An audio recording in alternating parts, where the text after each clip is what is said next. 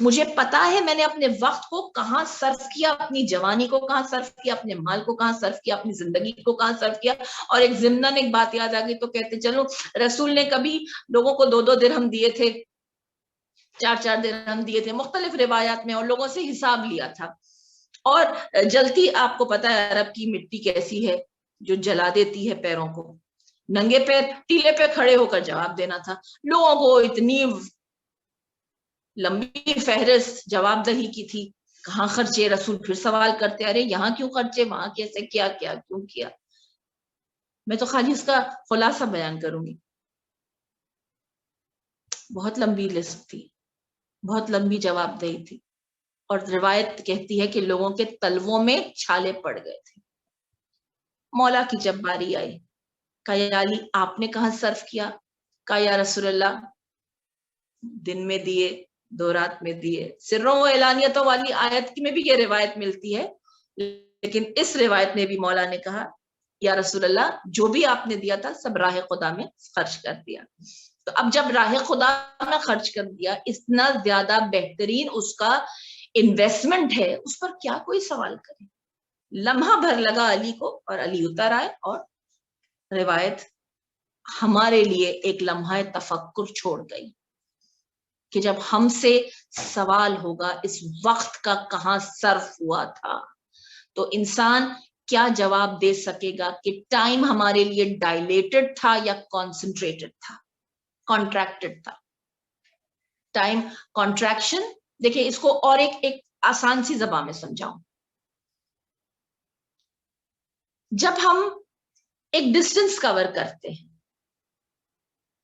اگر ایک by road distance cover ہوتا ہے ایک شہر سے دوسرے شہر، تو بالفرض 2 دن لگ سکتے ہیں.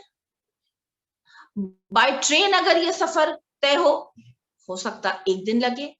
بائی پلین اگر یہ سفر طے تو ہو سکتا ہے چند گھنٹے لگے.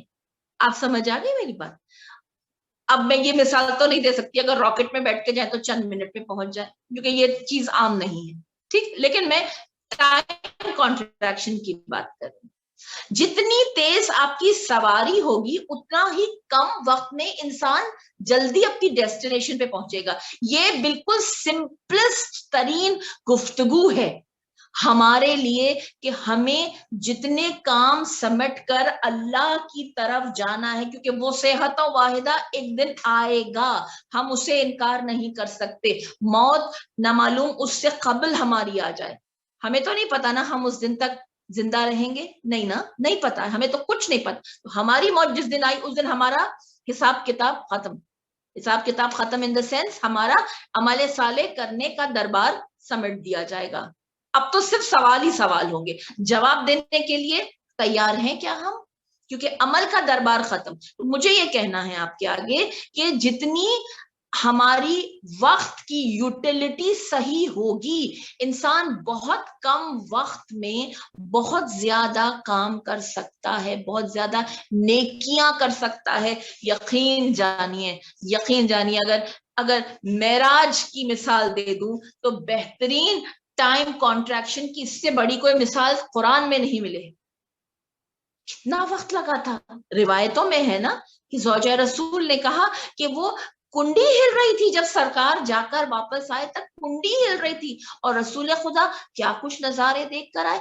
کہا انسان کو اللہ نے ایسی کیفیتیں دے رکھی ہیں کہ انسان کم وقت میں اتنی گرا قدر نیکیاں کما لے جس کا کوئی وزن، حساب، ثواب گنا ہی نہیں جا سکتا ہے. کیا مثال ہے کوئی ایسی نیکی کی جس کے لیے مولا کائنات نے اس سے زیادہ بہترین حدیث میں اس وقت کوٹ نہیں کر سکتی. مولا فرماتے ہیں اللہ کے لیے کوئی کام کرنا ہے نا، ابھی کر، اسی لمحے کر، کیونکہ کل تو نے وقت دیکھا ہے تیرے پاس کوئی گارنٹی کہ کل آنے والے؟ اللہ کے لیے کام کرنا ہے ابھی کر، کہ پھر وقت نہیں آئے گا. نفس کے لیے کرنا ہے چھوڑ دے، کل پہ ڈال دے. بہت وقت، ٹائم ڈائلیشن یعنی وقت کو کھینچ دے، بہت وقت پڑا ہے. نفس کی خوشی کے لیے کرنا ہے نا، کل پہ ڈال دے. آپ جانتے ہیں اس کے پیچھے سمپل لاجک کیا تھی؟ اللہ کے لیے کرنا ہے نا، جب جوش جذبہ ایڈریلن جب سب کچھ اختیار میں ہے، نیکی کے فرشتے لکھ چکے ہیں تیری نیکی صرف تیرے انٹینشنز پہ، سبحان اللہ، کر لے، کر گزر، کہیں ایسا نہ ہو تو ڈسٹریکٹڈ ہو جائے، کہیں ایسا نہ ہو خطوات شیطان لیکیج آف اٹینشن نہ کر دے، کہیں ایسا نہ ہو کہیں پر کوئی تجھے آ کر متوجہ کرے اپنی طرف اور رب کی طرف سے کھینچ لے، اس سے فوراً کر، اور نفس کے لیے کرنا ہے کل پہ ٹال، تاکہ آہستہ آہستہ ٹلتے ٹلتے ڈیلے ہوتے ہوتے خواہش نفسانی دم توڑ دے۔ بس اس سے زیادہ کیا عرض کروں آپ کے آگے، آپ سب مجھ سے بہتر جانتے ہیں کہ ہاں کبھی کبھی انسان جب اس مومنٹ پر اپنا قابو کر لیتا ہے، وہ وقت کو فتح کر لیتا ہے، جو برا مومنٹ ہوتا ہے انسان کا، اس پر اگر اللہ کو حاوی کر لے، اس وقت اگر وہ صادق ہے، اگر وہ سچا ہے اور ان سچوں کے نقشے پا چلتا ہے، ان ہستیوں سے سہارا لیتا ہے، اس قرآن کی تاثیر اور اس کا حصار اور اس کے جوار میں رہتا ہے، وہ مومنٹ اگر آپ فتح کر لینا، آہستہ آہستہ گناہ کی خواہش دم توڑ دیتی ہے۔ یہ مولا کا اعجاز ہے، یہ قرآن کا اعجاز ہے، یقین جانیے قرآن کا اعجاز ہے۔ پھر ہم آگے بڑھے، والعصر، بسم اللہ الرحمن الرحیم، والعصر ان الانسان لفی خسر۔ کیا خوبصورت تاکید کی گئی ہے اللہ کی طرف سے، لفی خسر۔ لفی کہتے ہیں کسی چیز کو ویرلی، کسی چیز کو اتنا زور دینا، اتنا زور دینا، جو اسکالرز بتاتے ہیں کہ عربی میں جب لفی آ جائے تو اس چیز پر اتنا ایمفسائز کیا، اور جس کی مثال دی گئی تفسیر قرآن میں، جیسے ہم دیکھتے ہیں کہ کہا کہ ایک خسارہ وہ ہے، دیکھیے ہمیشہ خسارہ نفع کے اپوزٹ ہوتا ہے، خسارہ یعنی نقصان، خسارہ یعنی کسی چیز کی تباہی، نیگیٹو ہے، اس کا اپوزٹ کیا ہوا؟ فائدہ، پازیٹو پہلو، ٹھیک ہے۔ ایک نقصان وہ ہوتا ہے کہ میری کوئی چیز کھو گئی، کوئی چیز چوری ہو گئی، کوئی میرا خسارہ ہوا، بزنس میں لاس ہوا، چھوٹا نقصان۔ لیکن ایک چیز ہو گئی دیوالیہ نکل جانا، بینکرپٹ ہو جانا، تباہ و برباد ہونا، لفی اس سینس میں آتا ہے، تباہ و برباد ٹوٹلی۔ اور اس سے زیادہ کامن سینس کی اور کیا بات ہوگی کہ جب پیر نہیں ہے پلٹ کے جانے، جب دنیا نہیں ہے عمل کرنے کے لیے، اب جب لوگ نہیں ہیں جن کے ساتھ سلوک کیا جائے یا جن سے معافی مانگی جائے یا جن پر کمپنسیٹ کیا جائے، اب جب کچھ رہا ہی نہیں، جب میدان ہی نہیں رہا، تو آپ کہاں جا کے پھر اپنی جنگ فتح کریں گے؟ ٹھیک ہے، اسی لیے کہا گیا کہ لفی خسر، اس سے زیادہ اور کوئی خسارے کی بات نہیں ہوگی۔ جب اگر یہ دنیا ریپ اپ ہو گئی تو پھر بہت بری طرح سے پھنس گیا انسان، لفی خسر۔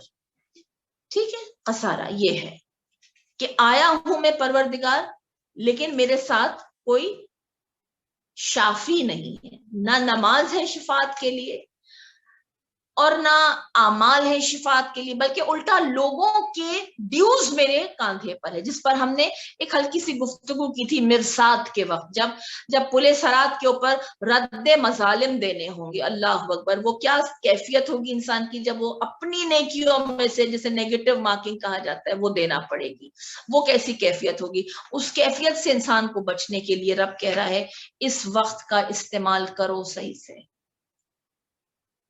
جب یہ وقت تھا، یقین کریے، جب انسان جب ناقدری کرتا ہے نا کسی چیز کی، جب ناقدری کرتا ہے تو وقت یکساں نہیں رہتا، یہ بات تو ہے طے کہ وقت یکساں نہیں رہتا۔ ایک جملہ ضمناً ایسی بائی دا وے کہتی ہوئی آگے بڑھ جاؤ، جب کبھی برے وقت کے بعد اچھا وقت آئے نا، برے وقت کو کبھی بھولا مت کیجیے۔ ایسے میں یہ بات بائی دا وے کر رہی ہوں، ہر انسان کی زندگی میں رائز اینڈ فال آتا ہے، ہر انسان کی زندگی میں بیماری اور صحت آتی ہے نا، جب ڈاکٹر صحتیاب کر کے ہاسپٹل سے بھیجتا ہے تو وہ کہتا ہے اب آپ بالکل فٹ ہیں، اب آپ بالکل صحت مند ہیں. تھوڑے دن کے بعد آپ پھر چلے آئے، ارے کیا ہو گیا آپ کو؟ جی مرض پھر ریلیپس کر گیا. کیسے ریلیپس کر گیا؟ ضرور آپ نے بد پرہیزی کی ہوگی، ضرور آپ نے بد پرہیزی کی ہوگی، کیونکہ جب میں نے آپ کو یہاں سے بھیجا تھا آپ بالکل فٹ تھے. بس یہی وہ جملے ہیں جہاں تک آپ کو لانا تھا کہ رب بھی یہ کہتا ہے میں نے تو تمہیں پیدا کیا تھا احسن التقویم پہ. وَلَقَدْ خَلَقْنَا الْإِنسَانَ فِي أَحْسَنِ التَّقْوِيمِ، میں نے تو تمہیں بہترین شکل و صورت، بہترین نظام، بہترین صلاحیتیں، تمہارے پاس اتنا وقت تھا. اور وقت کی بھی داستان کیا، 9 برس عورت کے لیے، مرد کے لیے 14 برس. یہ وقت تو تم نے کھیل کود، تفاخر اور تکاثر اور جو کرتے لہو لہاب ان میں گزار دیا. لیکن جب تمہارے لیے بلاغت آئی، بلوغت آئی، بلوغت یعنی سن بلوغ، جب تم میچور ہوئے، وہ ٹائم تو تمہارا ویسٹ کرنے کے لیے نہیں تھا، نادانی کے لیے نہیں تھا، سیکھنے کے لیے نہیں تھا، سمجھنے کے لیے تھا. جو پچھلا ٹائم تھا وہ تھا سیکھنے کے لیے. یعنی اس لیے کہا نماز کی عادت بچپن سے ڈالو. 14 برس کی عمر میں لڑکوں کو اور 9 برس کی عمر میں لڑکیوں کو نماز سکھاتے نہیں ہیں، انہیں نماز کی پھر اب تاکید ہے، ان پر واجب ہے. سیکھنے کا وقت اس سے پہلے ہے. ٹھیک ہے، میں کچھ زیادہ غلط تو نہیں کہہ رہی ہوں نا، کیونکہ سیپ کی مثال یہی ہے. سیپ تھوڑا سا پانی لے کے اپنے منہ کو بند کر لیتی ہے، وقت مقررہ پر پھر سیپ اپنا جب منہ کھولتی ہے تو اس میں موتی نکلتا ہے. تو یہ موتی جو ہے یہ وہ ٹائم ہے کہ جب بچہ بالغ ہو گیا. جب بچہ بالغ نہیں ہوا ہے وہ ٹائم ہے جب سیپ کا منہ بند ہے، اور اسے سکھانا ہے بٹ بائی بٹ، اس کے ذہن میں، اس کے قلب میں دین کی معرفت ڈالنا ہے، دین کی تربیت ڈالنا ہے، تاکہ جب وہ اپنے بلوغ کو پہنچے تو اس جب وہ اپنا سیپ جیسے منہ کھولتا ہے موتی نکلتا ہے، اسی طرح یہ بچہ بھی اسی طرح ہو. تو کہنا یہ ہے کہ اب جب ریلیپس یوں ہوا، میں دوبارہ اس آیت کی طرف متوجہ کرنا چاہوں گی آپ کو کہ رب تو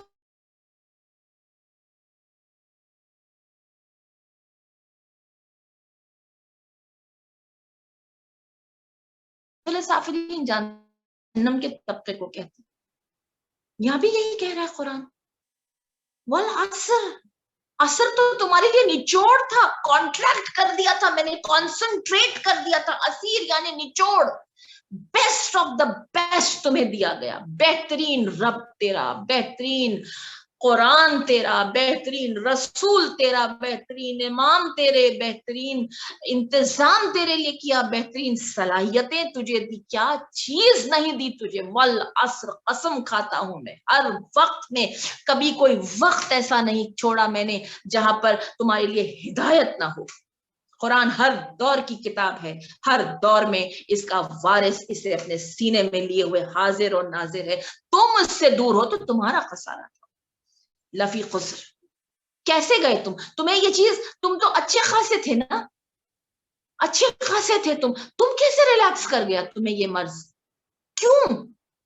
زہر چاہے اتنا ہو، ایک بندہ کھائے یا پوری قوم، پوری امت کھائے، زہر تو زہر ہی ہوتا ہے نا. تو اسی طرح لفی قصر ایک انسان کے لیے ہو یا پوری قوم کے لیے ہو یا پوری دنیا میں جتنے اطراف لوگ ہیں ان کے لیے ہو، نقصان تو نقصان ہے، انڈیویجول کا ہو یا پوری کلیکٹیولی سب کا ہو، نقصان تو نقصان ہے. یہ چیز کیوں ہوئی تمہارے ساتھ؟ تم نے کیا ناقدری کی؟ جس بات پر ہم نے ابھی عرض کیا کہ جب انسان کے ساتھ اچھا وقت آئے تو وہ برے وقت کو بھولے نہیں. وہ یہ نہیں بھولے کہ اس کی ابتدا جو ہے وہ کچھ نہیں تھی، رب نے اسے قابل زیست بنایا، رب نے اسے بہت شرف دیا.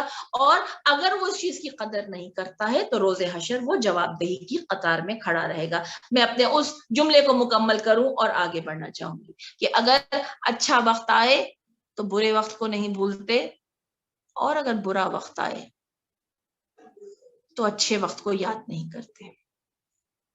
یہ اچھا اور برا وقت مالی امداد سے کہہ رہی ہوں، میں مالی اعتبار سے کہہ رہی ہوں. اکثر لوگ اپنے پاسٹ میں رہ جاتے ہیں. جیسے ہم نے پچھلی بار عرض کیا تھا کہ ہمیں پاسٹ میں نہیں رہنا ہے, ہمیں آج میں رہنا ہے, ہمیں آج میں رہ کر کل کی تیاری کرنا ہے. تو رب بھی اس خسارے سے نکلنے کے لیے, اب تو ریلیپس ہو گیا نا, ہو گئی بیماری. کیوں ہوئی بیماری, کیوں ریلیپس کیوں ہوا؟ کیونکہ پرہیز نہیں کیا گیا. وہ یہی کہے گا نا ڈاکٹر آپ نے پرہیز نہیں کیا. تو آپ اسلام میں بھی دین میں بھی اگر پرہیزگاری کو چھوڑ دیں گے تو وہ ریلیپس کرے گا. اسی لیے ایک دعا قرآن نے ہر انسان کو کہا مانگو, اور دعاؤں میں ایک بہترین دعا ہے ربنا لا تزغ قلوبنا بعد اذ ہدیتنا. پروردگار مجھے ایک مرتبہ سیدھی راہ پر آ کر دوبارہ گمراہی کے راستے پہ نہ لے جا. رب نہیں لے جاتا, انسان جب اس کی ناقدری کرتا ہے تو وہ خود جاتا ہے. تو اب ہر ایک تو نہیں گیا نا, ہر ایک تو اسفل سافلین میں نہیں گیا, ہر ایک کو تو خسارہ نہیں. فوراً قرآن نے اس ٹوٹے ہوئے دل پر آس رکھ دی, الا الذین آمنوا وعملوا الصالحات. ہر ایک نہیں, ہر ایک نہیں, سوائے ان لوگوں کی.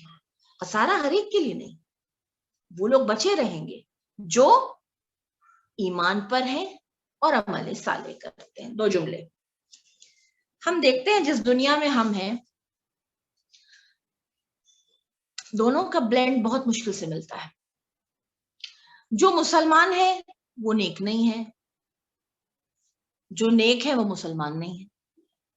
کئی لوگ, جنرلائز کر رہی ہوں میں بات کو, اکثر یہ دیکھا گیا ہے کہ دونوں کا بلینڈ بہت ریئر ہے, بہت ریئر ہے. جبکہ دونوں کا بلینڈ ہر سو, ہر جگہ, ہر لمحہ ہونا چاہیے, ہر دور میں ہونا چاہیے. وہ انسان ایمان کا دعویٰ کیسے کر سکتا ہے اگر وہ عمل صالح میں پیچھے ہے؟ اور وہ انسان عمل صالح کس نیت سے کرتا ہے, کس کے لیے کرتا ہے, کس کے بتائے ہوئے راستے پہ چلتا ہے, اگر اس کے پاس ایمان ہی نہیں ہے؟ لیکن ہم زمانے میں یہ دیکھ رہے ہیں, آپ فلنتھروپسٹ کو اٹھا کے دیکھیے, کئی لوگ اتنی چیریٹی کرتے ہیں, اتنی نیکی کرتے ہیں, اتنا خیال رکھتے ہیں خدا کی مخلوق کا, اتنا درد رکھتے ہیں, اتنا رزق فراہم کرتے ہیں, اتنا صحت میں, بیماری میں ان کی شفا کا سبب بنتے ہیں, مگر وہ غیر مسلم ہیں. تو اس وقت تو ہمیں یہ گفتگو نہیں کرنا ہے کہ قرآن یا رب ان کے بارے میں کیا فیصلہ دیتا ہے. ہمیں یہ کہنا ہے خالی کہ اللہ نے جو کامیابی کی راہ بتائی ہے اس میں ایمان کے ساتھ عمل صالح کا ہونا شرط ہے. یہ اللہ نے شرط رکھی ہے کہ ایمان کا ہونا بہت ضروری ہے. اور ایمان جو ہے, وہ بلیف جو ہے, وہ توحید, نبوت, توحید, عدالت, رسالت, امامت, یہ سب کچھ اگر نہ ہو تو پھر عمل صالح جو نماز, روزہ, حج, زکوٰۃ, خمس, جہاد, یہ اصول دین کے ساتھ جب فروع دین ہوتے ہیں تو یہ ایک اللہ کی جانب سے بھیجا ہوا بہترین نظام ہے. ٹھیک ہے, اس پر مختلف اوقات پر گفتگو ہوتی رہے گی, لیکن آج کے لیے صرف ایک جملہ اور عرض کرنا ہے. کبھی کبھی اللہ کے رسول کچھ شکلیں, کچھ وضاحتیں الفاظ میں بیان کرتے تھے, اور کبھی کبھی اللہ کے رسول کچھ وضاحتوں کے لیے شخصیتیں دے دیا کرتے تھے. اور تاریخ اسلام میں ایک ایسا مارکا ہے جو کوئی بھلا نہیں سکتا, جب خندق کی جنگ ہوئی تھی اور عمر ابن عبدود نے خیمہ رسول کے پاس آ کر باواز بلند کہا تھا کہ کوئی ہے جو میرے مقابلے پر آئے, اور رسول نے تمام تر سورماؤں کی طرف دیکھ کر پوچھا تھا, ہے کوئی جو جائے اور اس قلب کو یہاں سے واصل جہنم کرے؟ کون ہے جو اسے جواب دے؟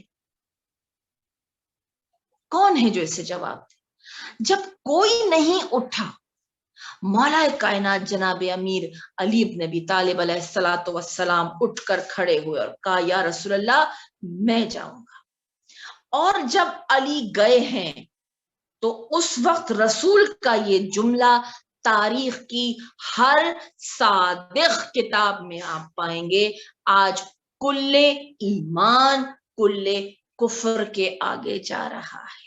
اللہ اکبر، رسول کا یہ جملہ، خدا کی قسم یہ تاریخ میں وہ جملہ ہے کہ رسول نے ایمان کی ایک شکل بتا دی کہ ایمان میجر نہیں کر سکتے نا آپ کو۔ اگر پچھلی گفتگو کی اگر ایک جملہ ہو کہ کچھ چیزیں حیت جو رکھتی ہیں، شکل جو رکھتی ہیں، اس کو میجر کیا جا سکتا ہے۔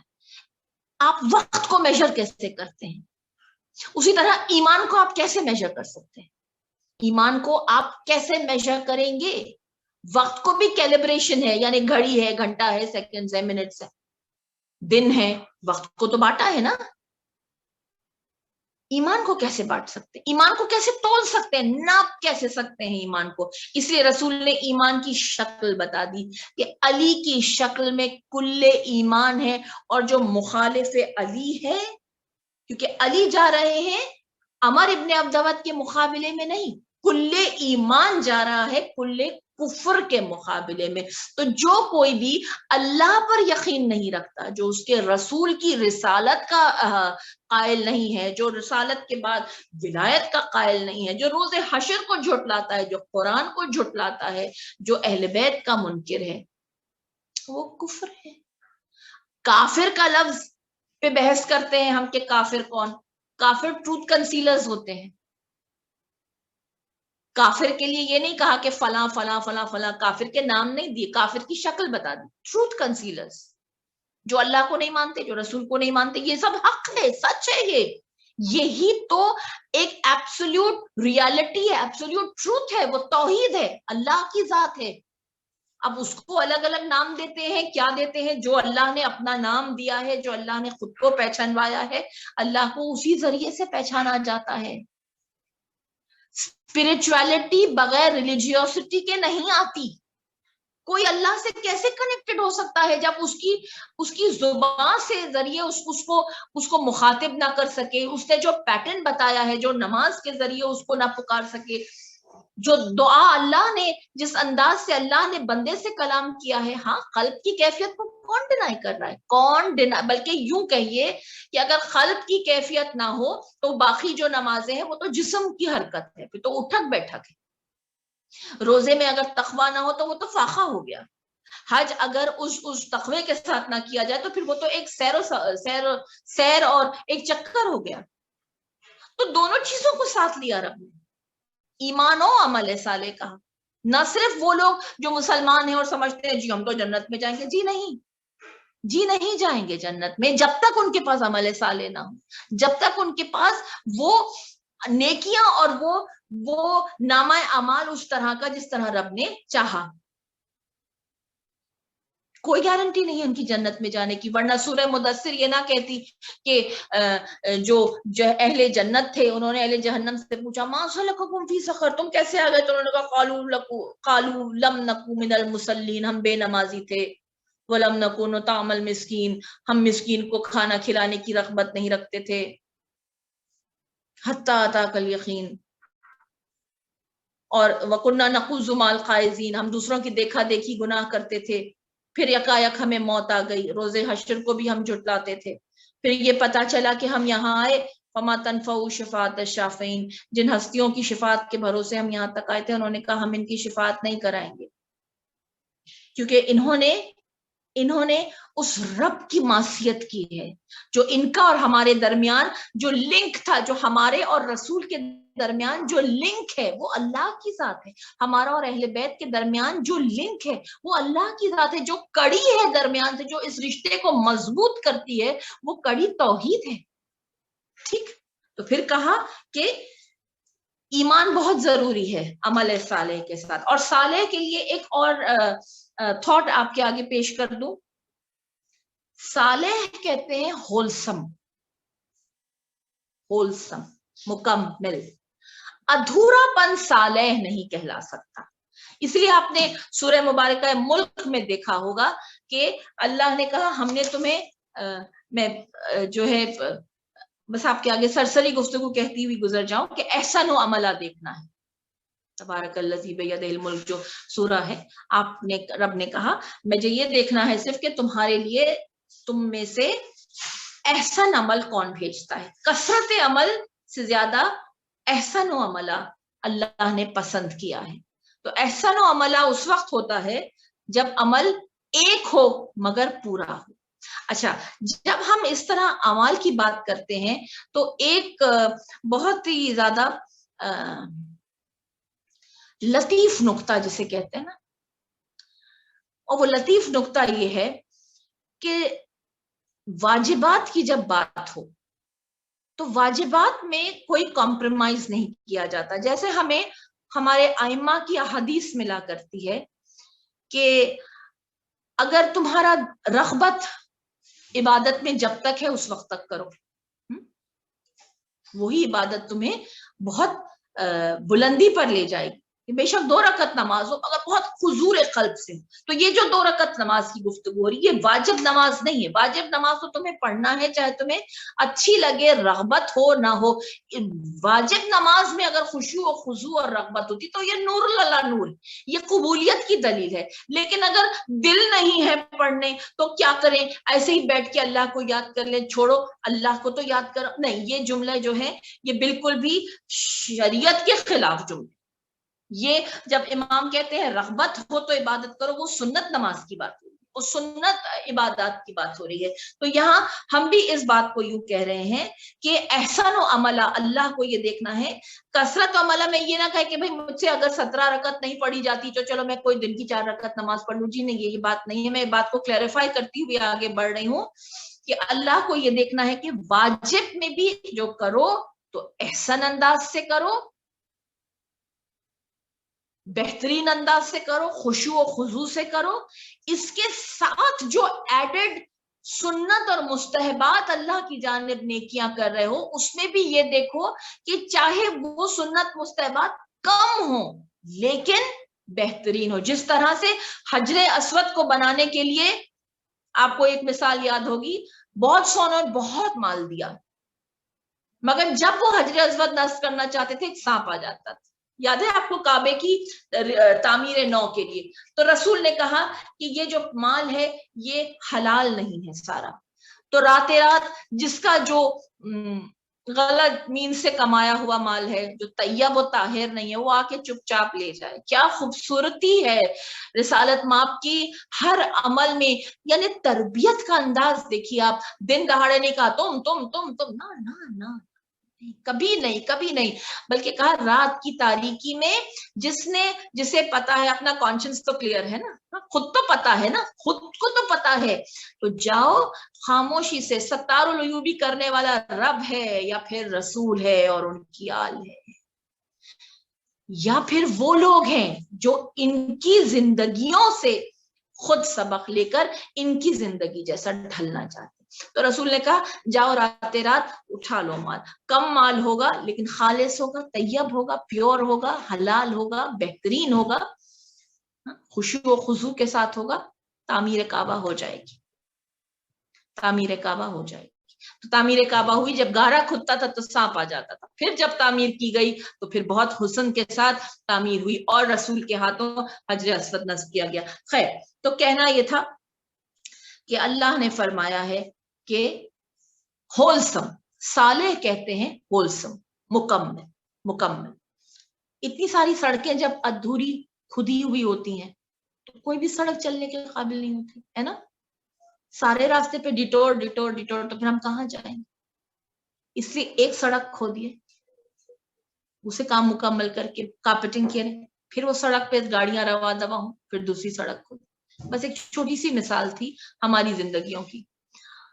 اتنا ہم اپنے آپ کو ملٹی ٹاسکنگ میں انوالو کر چکے ہیں کہ ہم لوگ ہر چیز کرنا چاہتے ہیں. بہت سے کم وقت میں بہت کچھ کرتے ہیں. بہت اچھی بات ہے اس وقت کا صحیح استعمال کرنا. اور جیسے پچھلی بار ہم نے عرض کیا تھا کہ اللہ نے عورت کو یہ بہت بڑی قوت دی ہے کہ وہ ایک وقت میں emotional, social, financial, physical load اٹھاتی ہے.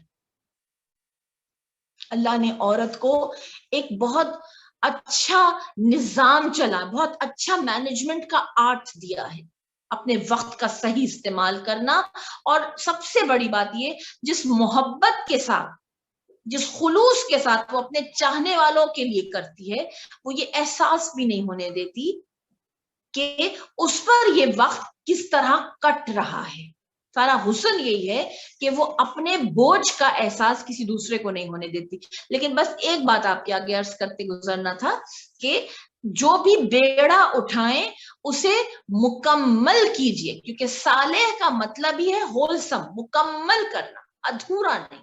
صالح مکمل سے آتا ہے. ٹھیک ہے، اب پھر ایک اور گفتگو قرآن نے کی، وَتَوَاصَوْا بِالْحَقِّ وَتَوَاصَوْا بِالصَّبْرِ. 4 فولڈ پلان تھا یہ، 4 فولڈ پلان. جسے اگر یوں کہوں کہ انسان کسی کو اگر یہ بتائے کہ میرا قرآن کیا کہتا ہے، کیا کہنا چاہتا ہے، تو وہ بس یہ 4 فولڈ پلان دکھا دے، والعصر پڑھا دے کسی کو کہ یہ ہے قرآن میں، یہ اس کی ڈیٹیلنگ ہے. تو لہٰذا اب وَتَوَاصَوْا، اس پر 2 جملے. وَتَوَاصَوْا جس روٹ ورڈ سے نکلا ہے نا، تواصو، اسی سے لفظ وصیت نکلا ہے.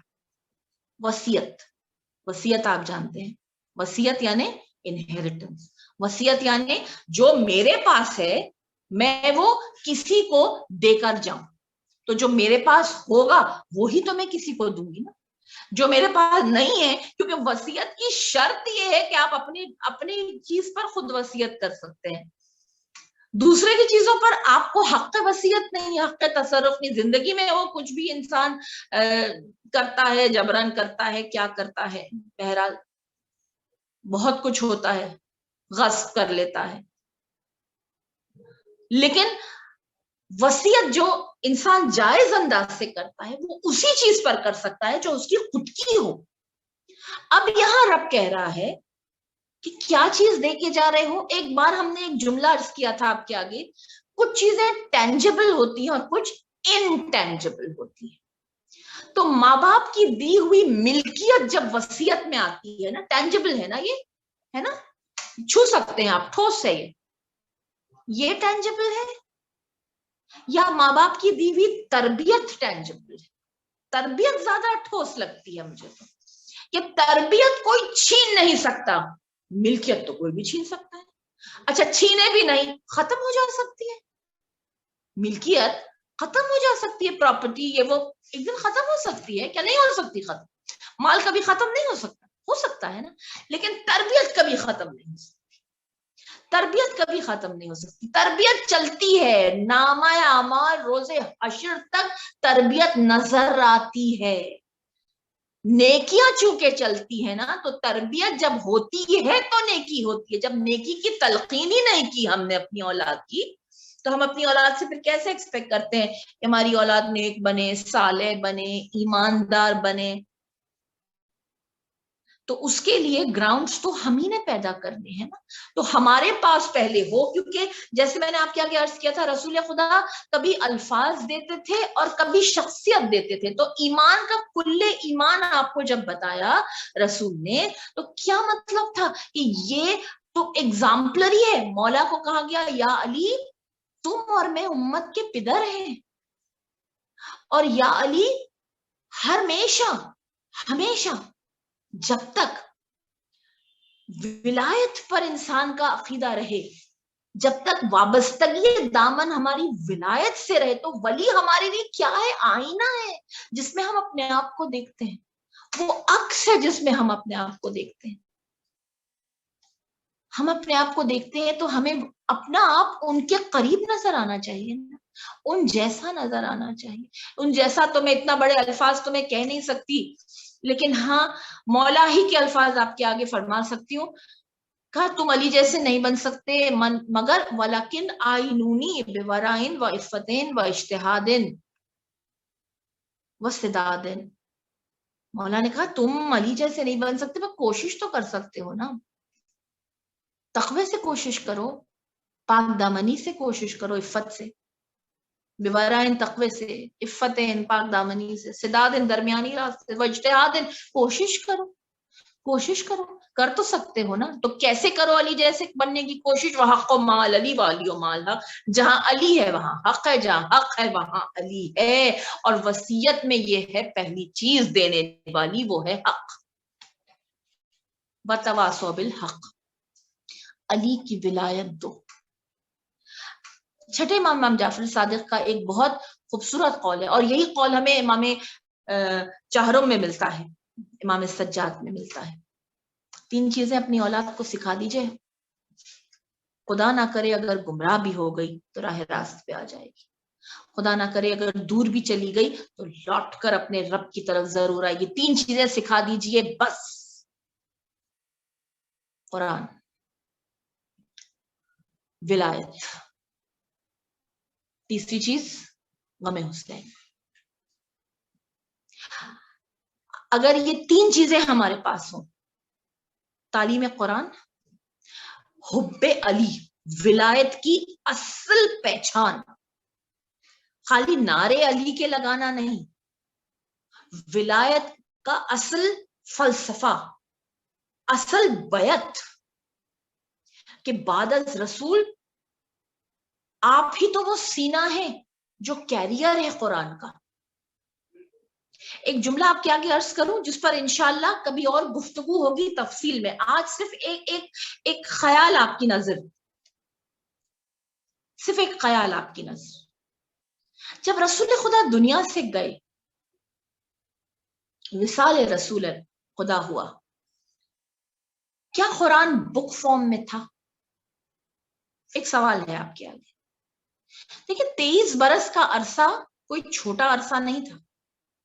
رسول خدا چاہتے تو 23 برس میں کمپائلیشن آف قرآن اپنی نگرانی میں کرواتے, لیکن ہم سب جانتے ہیں تمام مکتب مسلمین متفق ہے, یعنی ایک بات یہ کلیئر ہے کہ کمپائلیشن آف قرآن بعد از رسالت معاف ہوئی ہے نا.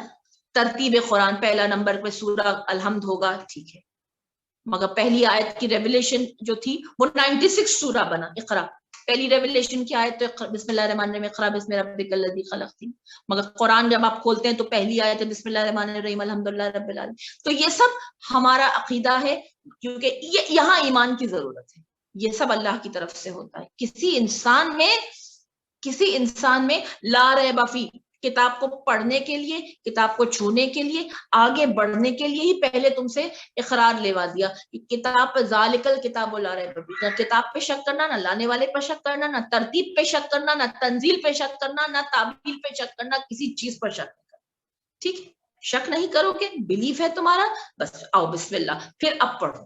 ٹھیک, تو اب مجھے آپ کے آگے یہ عرض کرنا تھا, جب رسول دنیا سے جا رہے تھے, چلیے آخری آیت بھی حجۃ الوداع کے موقع پر آئی, رسول نے شانوں پر علی کو بلند کر کے کہا من کنت مولا, وہ ایک کیفیت تھی, اور اسی کیفیت کے ساتھ رسول نے کہا میں تمہارے درمیان 2 گراں قدر چیزیں چھوڑ کر جا رہا ہوں, ایک کتاب, ایک اہل بیت.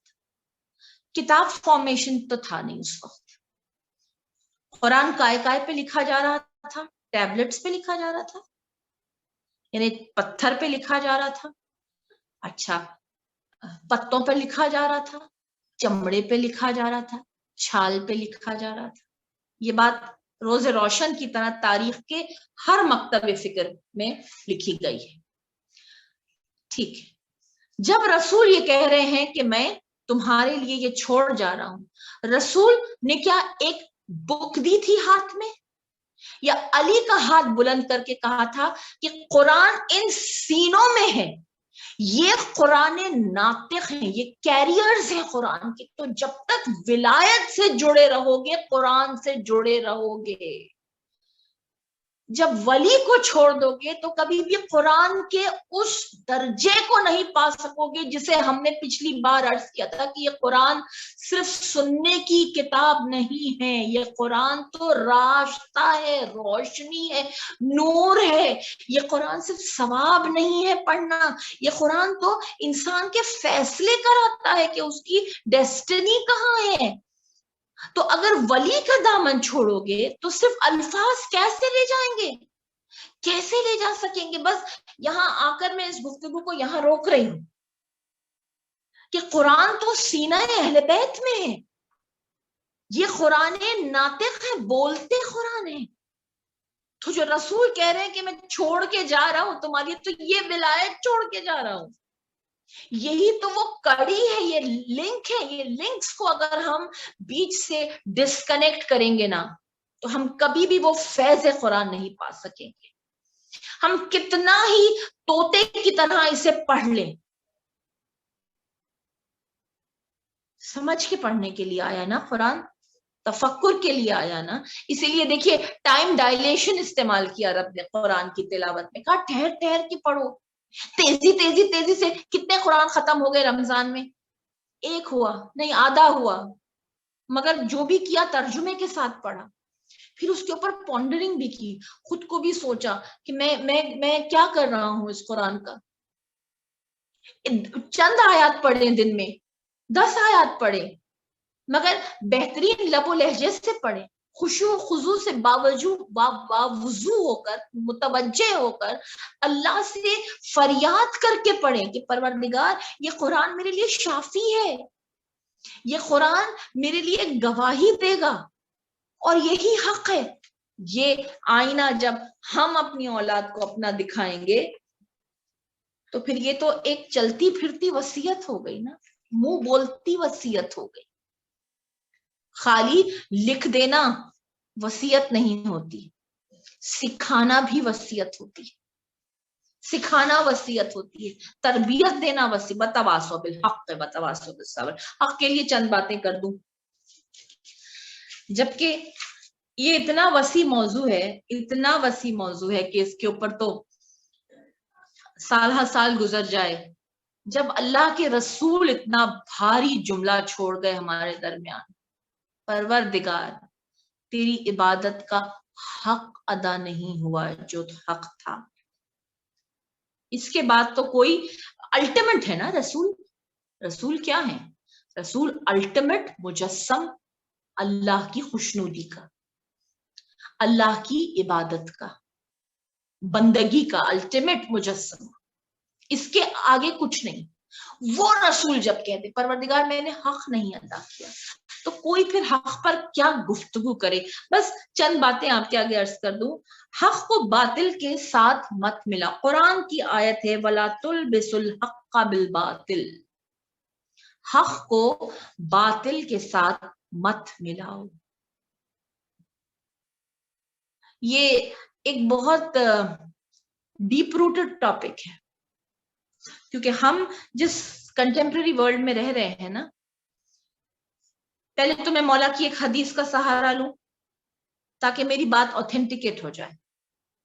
مولا نے کہا آخری دور ایسا آئے گا جب لوگ گناہ کو حلال کر کے کریں گے۔ یہ حدیث آپ نے بے شمار اوقات پر سنی ہے۔ گناہ کریں گے مگر گناہ کو جسٹیفائی کریں گے، جسٹیفیکیشن تو ہمیں سمجھ میں آتی ہے نا بات، گناہ کو حلال کر کے کریں گے۔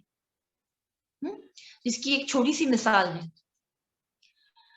پہلے نعوذ باللہ شراب نوشی ایک بہت بہت برا اور انتہائی پروہیبٹڈ، کئی ملکوں میں اس کی اجازت نہیں تھی، مسلم کنٹریز میں یہ نام بھی نہیں لیا جاتا تھا، آنا بین تھا۔ اب بہت عام ہو گئی ہے، اب بہت عام ہو گئی ہے۔ لوگ اس کو سوشل ڈرنکنگ کا نام دیتے ہیں، لوگ کہتے ہیں کہ جی ہمیں کاروباری وجوہات کی وجہ سے، یہ جسٹیفیکیشن ہے۔ اور میں ایک جملہ کہہ کے ضرور آگے بڑھوں گی، جسٹیفائی تو یزید نے امام معصوم، امام مظلوم حسین کے قتل کو بھی کیا تھا، اس نے کہا, اس نے بھی, میں اب ڈیٹیل میں نہیں جانا چاہوں گی, لیکن یہ بات آپ بھی جانتے ہیں کہ جسٹیفائی کرنا بہت آسان ہو جاتا ہے, لوگ گناہ سے بچ کے نکل جاتے ہیں, ہر چیز میں دلیل دینا. اسی لیے قرآن کہہ رہے حق کو باطل کے ساتھ مس مت کرو, ڈونٹ مرج اٹ. ایسا مرج کر دیا ہے ہم نے کہ اب ہماری نئی نسل کے آگے وہ جو کہتے ہیں نا ڈسکریمنیشن لائن, وہ ختم ہو گئی ہے. ہر چیز میں گرے پارٹ, ہر چیز میں گرے پارٹ. واجب و حرام میں بھی گرے پارٹ ہوتا ہے کیا؟ واجب اور حرام میں بھی کیا گرے پارٹ ہوتا ہے؟ ایک سوال ہے آپ کے آگے کہ اتنا زیادہ اگر دو چیزوں کو مس کر دیا جائے. دیکھیے حق کی مثال اگر نور کی ہے, جو کہ بالکل صحیح, اگر حق کے لیے اگر ایک رنگ اگر آپ کو کہا جائے کہ حق کا رنگ کیا ہوگا, تو اگر میں کہوں نور, برائٹ, وائٹ, لائٹ, حق, اس کو سمبولک اگر کیا جائے, اور باطل کو تشبیہ اگر دی جائے ظلمت سے, اندھیرے سے, ڈارکنس سے, کالے رنگ سے, تو کالے رنگ کی مثال کیا ہوتی ہے؟ جب کالا رنگ خوبصورت رنگوں میں ملا دیا جائے تو جتنا نکھار ہے رنگوں کا, کالا رنگ ہر ایک کو کینسل کر دیتا ہے. کالا رنگ سفیدی کو کینسل کر دیتا ہے, بہترین خوبصورت رنگوں کو کینسل کر دیتا ہے. یہ کالے رنگ کا پاور ہے. تو یہی مثال باطل کی, یہی مثال باطل کی ہے. جب باطل حق میں شامل ہونے لگتا ہے نا, تو وہ جو نور ہے حق کا, وہ جو حسن ہے حق کا, وہ جو تاثیر ہے حق کی, وہ آہستہ آہستہ ڈمنش ہو جاتی ہے. کیونکہ دل نجس میں سمائے کبھی نہ حب علی, کہ یہ بہت ہی نفاست پسند ہوتی ہے. جس دل میں باطل کا بسیرا ہو, آپ سمجھتے ہیں اس دل میں کبھی توحید, اور اس دل میں کبھی نبوت اور ولایت اور قیامت اور یہ سب نجات کی باتیں, یہ تقویٰ کی باتیں ٹھہر سکتی ہیں؟ تو بس ایک چیز کا ہمیں بہت خیال رکھنا ہے کہ آج کے دور میں سبلیمنل میسیجز کا دور ہے. میں دہراتی ہوں, سبلیمنل میسیجز. چاہے آپ ایڈورٹائزمنٹس لے لیجئے, چاہے آپ میڈیا لے لیجئے, چاہے آپ کچھ بھی لے لیجئے, سوشل نیٹورکنگ, آپ کچھ بھی لے لیجئے, سامنے فساد کچھ اور ہے, کہنا کچھ اور, بتا کچھ اور رہے, لیکن دھیرے سے سلو پوائزن کی طرح سبلیمنل میسج کچھ اور ہے. آہستہ آہستہ ہماری پوری امت مسلمہ کو یہ کفر, یہ نفاق, یہ شر کرپٹ کر رہا ہے اور راہ راست سے دور کر رہا ہے. ہر ایک کی زندگی میں یہ بہت ڈفرنٹ ایگزامپلس ہیں جن کو ایک اوپن فورم پہ دینا میرے لیے ممکن نہیں. میرے میں اتنی اوڈیسٹی نہیں ہے کہ میں کوئی چیزوں کو پن پوائنٹ کروں, لیکن ہاں اتنی بات میں ضرور کہوں گی کہ کچھ چیزیں انسان اتنا ڈی سینسٹائز ہو گیا ہے کہ جو گناہ تھے اب وہ گناہ نہیں لگنے لگے ہیں. جو باتیں ایمان کے خلاف جا رہی ہیں وہ باتیں اب قابل قبول ہو گئی ہیں. تو یہ بہت بڑا تھریٹ ہے انسان کے لیے, کیونکہ اس کے لیے ایک حدیث ہمیں ملتی ہے جو یہ کہتی ہے کہ حق کی تلخی اور باطل کی شیرنی. حق کبھی تلخ ہوتا ہے؟ حق تو بہت اچھی چیز ہے نا, لیکن ہاں اللہ نے کہا الحق کو مر, such truth always hurts, never the teller. Truth hurts. بہت کم لوگ ہیں جو سچ کے چہرے کو بہت گریسفلی اور بہت ہی زیادہ بڑے وسیع قلب سے قبول کرتے ہیں کہ ہاں میں غلط تھا. بہت لوگ کم ہیں جو کہتے ہیں کہ ہاں میری بدپرہیزی تھی جو میرا مرض ریلیپس کرا. ہر ایک کہتے ہیں نہیں وہ یوں ہو گیا, وہ یوں ہو گیا, جسٹیفائی کرنا. لیکن بہت کم لوگ ہیں جو کہیں گے ہاں میرا اپنا قصور ہے. بھائی اس سے بڑی مثال خدا نے دنیا شروع ہی کی اسی ایک نقطے سے دنیا شروع کی. جب شیطان کو کہا تو نکل, تو نے سجدہ نہیں کیا, اس نے کہا میرا کیا قصور ہے, میں تو آگ سے بناؤں, تو نے بنایا مجھے آگ سے. جسٹیفائی کیا نا اس نے اپنی قصور کو. اپنی غلطی کو, اپنے گناہ کو. اور آدم نے کیا کہا؟ نہیں مالک میرا قصور ہے, میرا قصور, تو نے مجھے منع کیا تھا, تو نے مجھے منع کیا تھا کہ وہاں نہیں جانا, شجرے ممنوعہ پہ نہیں جانا. مالک میرا قصور ہے. کیا میرا قصور معاف ہو سکتا ہے مالک؟ مالک کیا میرا قصور معاف ہو سکتا ہے؟ کیا میری توبہ قبول ہو سکتی ہے؟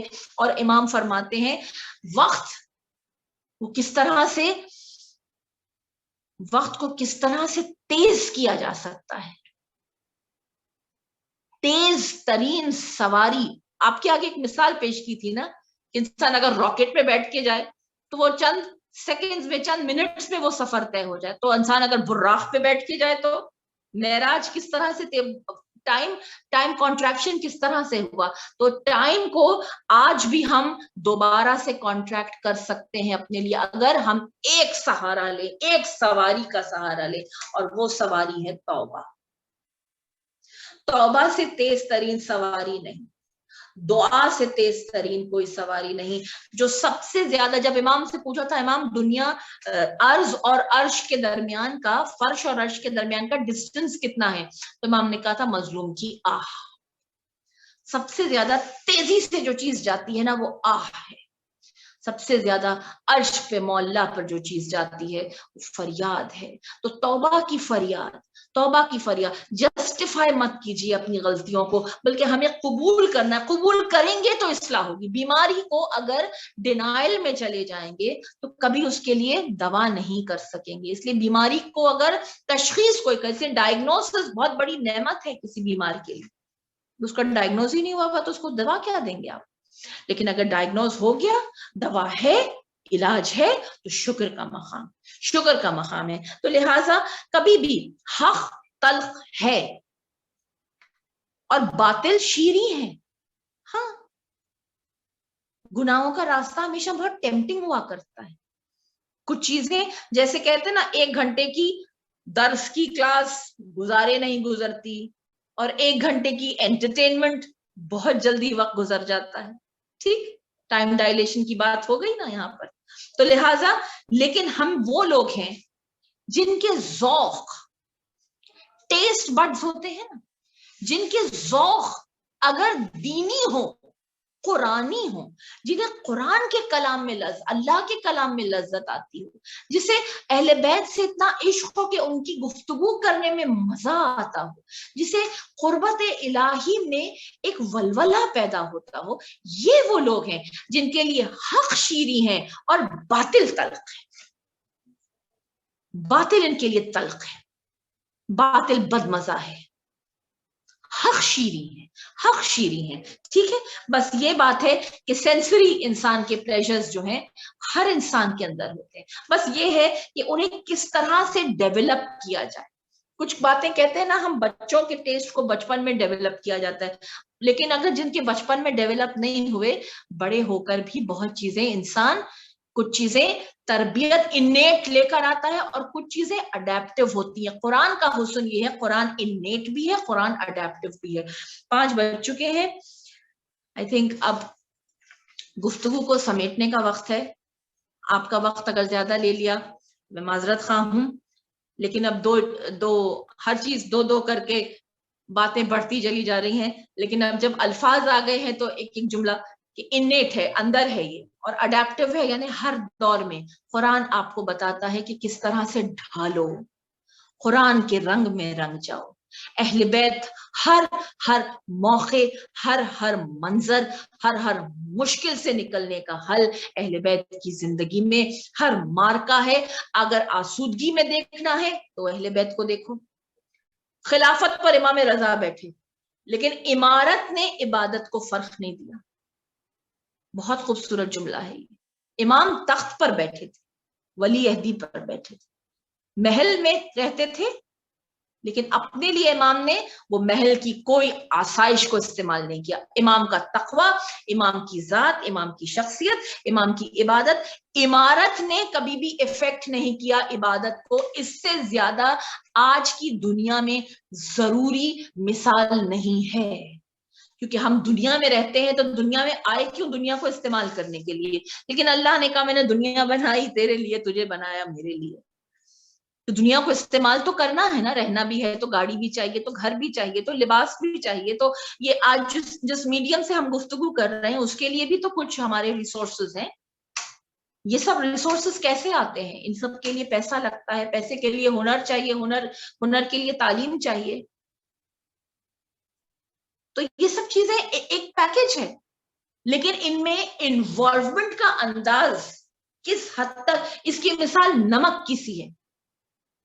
نمک بغیر کسی چیز میں ذائقہ نہیں رہتا، لیکن کوئی نمک کھا کے دکھائے خالی، کتنا کھا سکے گا؟ گلوگیر ہو جائے گا، زہر ہو جائے گا.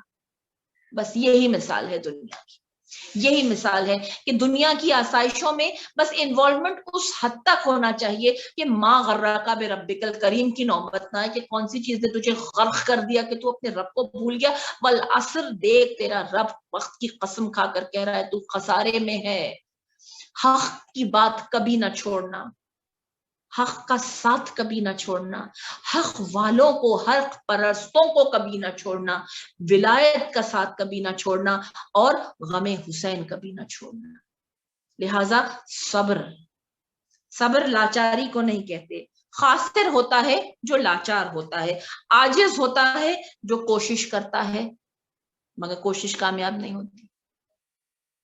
اکثر لوگوں کے قدم ڈگمگا جاتے ہیں ایسے موقع پر کہ میں اتنا کوشش کر رہا ہوں پھر بھی میری کوشش کامیاب نہیں، قدم ڈگمگا جاتے ہیں. اور ایک اور وقت بھی قدم ڈگمگاتے ہیں جب بغیر کسی کوشش کے سب کچھ مل جاتا ہے. یہ ہم جیسے ناقدرے ہیں، کچھ ہم نے کچھ کوشش نہیں کی، ہمیں ہر چیز احسان قدرت اور کمال قدرت سے ملی. ٹھیک، تو جو قاصر ہے وہ لاچار ہے، جو عاجز ہے وہ کوشش کرتا ہے پھر بھی اسے کبھی ملتا ہے کبھی نہیں ملتا. لیکن صابر وہ ہے کہ جسے راہ مل گئی ہے، جسے راہ مل گئی ہے، جس کا مقصد پورا ہو گیا، لیکن اب وہ یہ دیکھتا ہے کہ اللہ کی رضا کس میں ہے.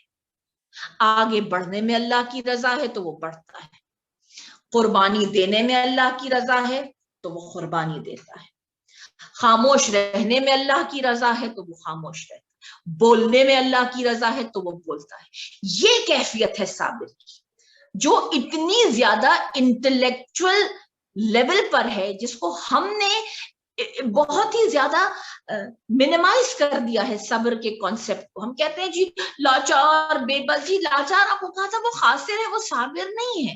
صابر وہ ہے جس کے پاس سب کچھ ہے، اختیار ہے، ہر چیز ہے. آپ کو لگتا ہے کربلا اگر صبر والوں کی منزل ہے تو ان کے پاس کیا اختیار نہیں تھا؟ اللہ اکبر.